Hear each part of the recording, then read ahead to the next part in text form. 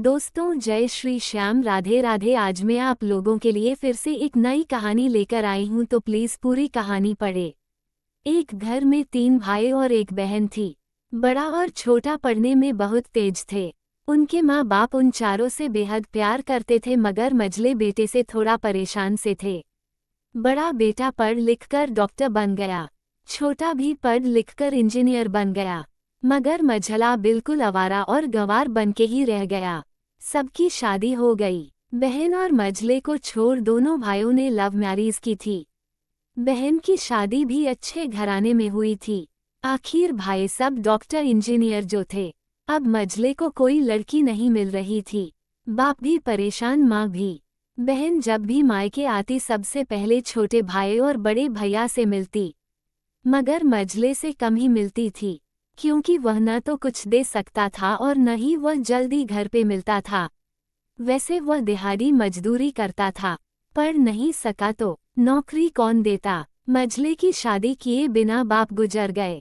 माँ ने सोचा कहीं अब बंटवारे की बात न निकले, इसलिए अपने ही गांव से एक सीधी सादी लड़की से मझले की शादी करवा दी।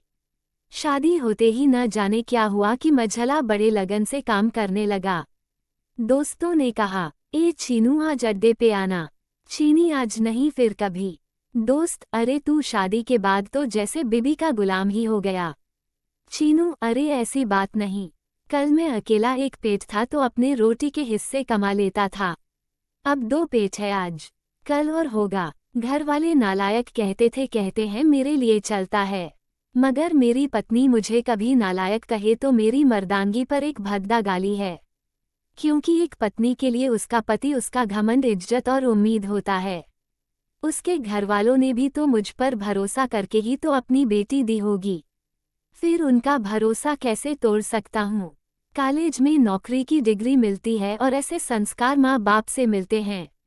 इधर घर पे बड़ा और छोटा भाई और उनकी पत्नियां मिलकर आपस में फैसला करते हैं कि जायदाद का बंटवारा हो जाए, क्योंकि हम दोनों लाखों कमाते हैं मगर मझला ना के बराबर कमाता है। ऐसा नहीं होगा। माँ के लाख मना करने पर भी बंटवारा की तारीख तय होती है। बहन भी आ जाती है, मगर चीनू है कि काम पे निकलने के बाहर आता है। उसके दोनों भाई उसको पकड़कर भीतर लाकर बोलते हैं कि आज तो रुक जा, बंटवारा कर ही लेते हैं। वकील कहता है ऐसा नहीं होता, साइन करना पड़ता है। चीनू, तुम लोग बंटवारा करो, मेरे हिस्से में जो देना है दे देना। मैं शाम को आकर अपना बड़ा सा अंगूठा चिपका दूंगा पेपर पर।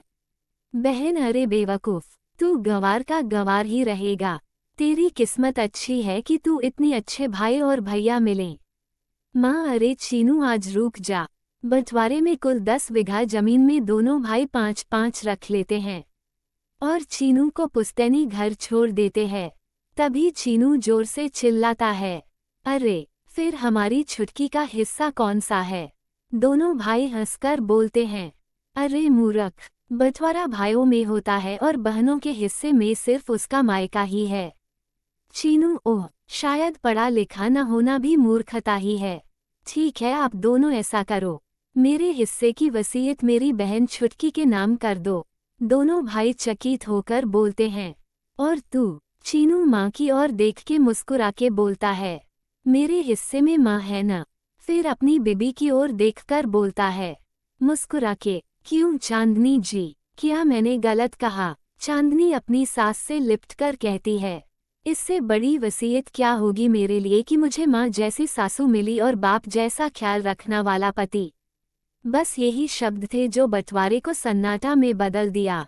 बहन दौड़कर अपने गंवार भैया से गले लगकर रोते हुए कहती है कि माफ कर दो भैया मुझे, क्योंकि मैं समझ न सकी आपको।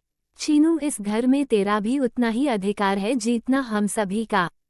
बहुओं को जलाने की हिम्मत किसी में नहीं, मगर फिर भी जलाई जाती है, क्योंकि शादी के बाद हर भाई हर बाप उसे पराया समझने लगते हैं।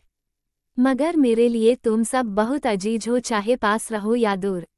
माँ का चुनाव इसलिए किया ताकि तुम सब हमेशा मुझे याद आओ, क्योंकि ये वही कोख है जहाँ हमने साथ साथ 9 महीने गुजारे। माँ के साथ तुम्हारी यादों को भी मैं रख रहा हूँ।